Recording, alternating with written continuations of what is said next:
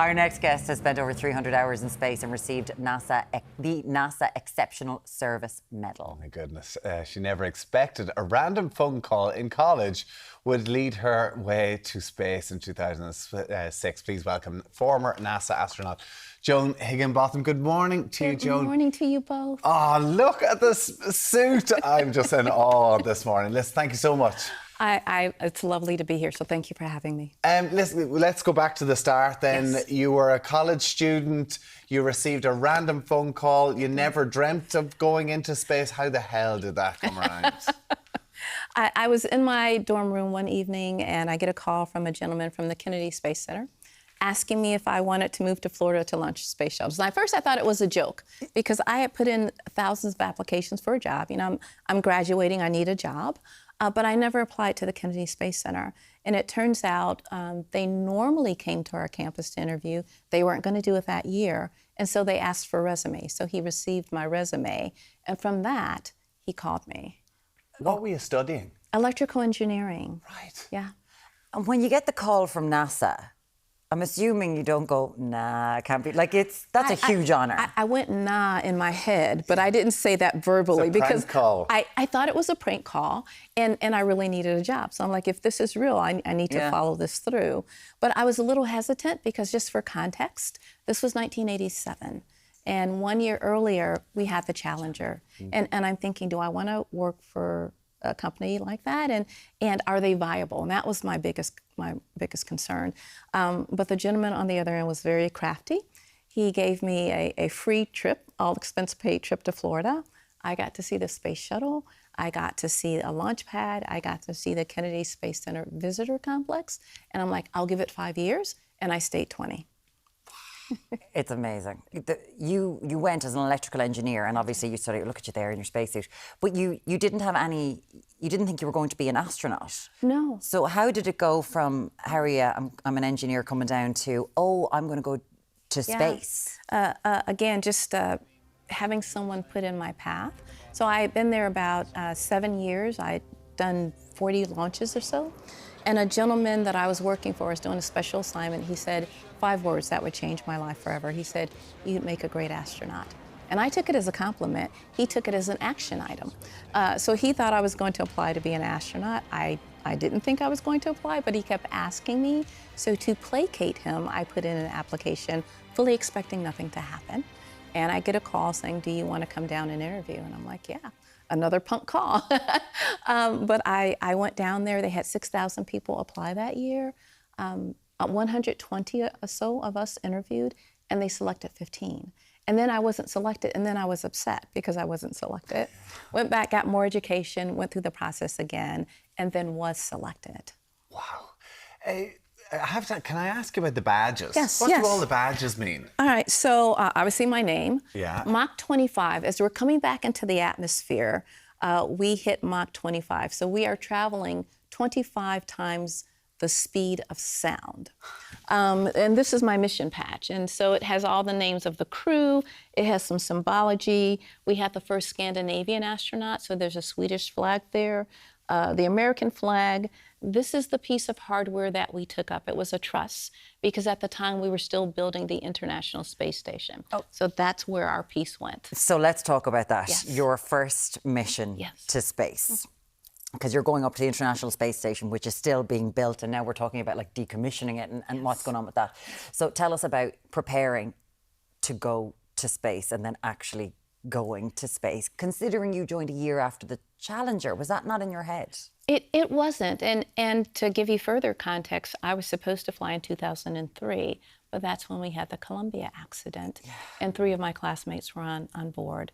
And so, my mother was thinking, okay, so you don't want to go in space anymore. And I'm thinking, I'm still going to go in space. That did not deter me for not even a nanosecond. Really? It did not, because I believe that when it's your time to depart the Earth, it doesn't really matter where you are. And I really feel safer on the shuttle than I do driving the highway sometimes.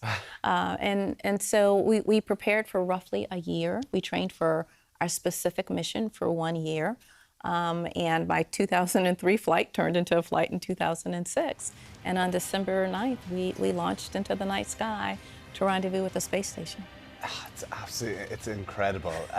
You logged over 300 hours in space. We're just seeing some of the footage here. Remarkable. So are there some things that people find remarkable whenever you talk to them about what life is like up there? People seem to think that, oh, well, one of the things they don't know is that we can control the temperature. I get that question a lot. And I always say it was cold to me because the guys were controlling the temperature.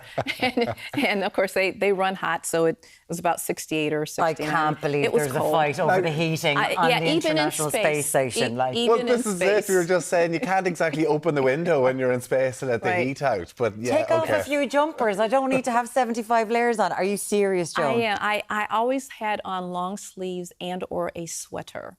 So you will rarely see me, you will never see me in shorts on the space station and rarely in a short sleeve. It's so interesting that you're in space and still it can be so mundane.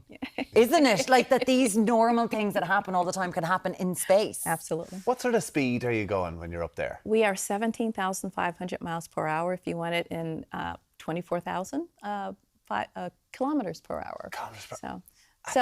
Another great fact, so we go around the world one time every 90 minutes. So in that 90 minutes, we get to see one sunrise and one sunset. So if you were just to plaster your face against the window for a full day, you get to see 16 sunrises and 16 sunsets. How does your perspective change being above the Earth? Looking at the world and the fact that there's no boundaries and no divisions, it's humbling, first of all. It makes you think that the world is incredibly fragile, and so we need to be kind to Mother Earth and as well to your fellow man.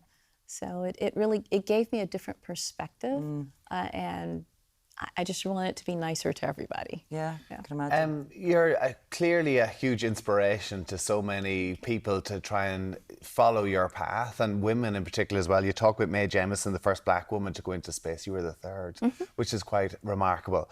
In terms of like Kennedy Space Center and NASA, how important is it for young people to have the dreams to, whether it be to go to space or to become engineers, to try and make the world a better place? It is huge. And one factor that played into my life and into the life of a future astronaut, Nora Patton, is visiting the Kennedy Space Center Visitor Complex. I will have to say it is as close as you can get to space without leaving planet Earth. You can actually go on a shuttle simulator. So if you wanted to know what it was like to launch in space, this is a very close second. I will say that. Tommy's eyes actually just got so big there a second ago. And then there's a virtual reality mission to the moon. There were just so many things. And it's not, to your point, it's not necessarily to say, oh, you need to be an astronaut. It's just to inspire you to dream, to do something bigger, and to follow your dreams. And it's children, adults, obviously, everyone this is available to, but to inspire the next generation is so important. And I say it's for kids 2 to 102. So if you're young at heart or just young, it's somewhere to go where you can be inspired. I know. I didn't realise people could just go there until Nora Patton said, oh yeah, that's where I went when we went to Florida on holidays. We went to the Kennedy Space Center, and now she's going to be going to space. Absolutely. We've talked an awful lot in the past couple of years about space tourism, about private companies going up to space. Obviously, you worked with NASA. And a lot of people went up, like, Jeff Bezos went up, and was William Shatner, all these people went up. And then a female flight went up with Gayle King and Katy Perry, and they got a lot of hassle over that, even though loads of other people had gone up on these sort of ego missions before. What do you make of it all? So here's my thing. I think anyone who wants to go to space should have the opportunity to do so. Right. And I was actually at that launch. I was supporting someone on the mission. She asked me to come and support her, and I did. And I think if we can bring attention to it, that's wonderful. Do you worry about this, with this whole kind of, colonise Mars or the race for space? Like, because it was between countries before, and now it's between companies, and we keep on watching these private launches, and, whether it's going right or wrong. It's like whether it's a macho thing of like, I want to get there first, or if it is indeed for exploration, for these more, I don't know whether it's more principled or not, reasons to go into space, considering kind of the climate aspect of what it costs to go into space. Yeah. Well, I hope it's not a macho thing. I hope it's really for the greater good of mankind. That's what I would hope for it to be. And it's so wonderful that we were on the space station because it was a 15-nation collaborative effort. There was no fighting. Everyone said, I can do this piece of it, and together we can build this incredible, enormous laboratory that has been orbiting for 25 years. So for 25 years, there have been people living in space continuously. It's amazing. And you, one of only 700 people to have been in space as well.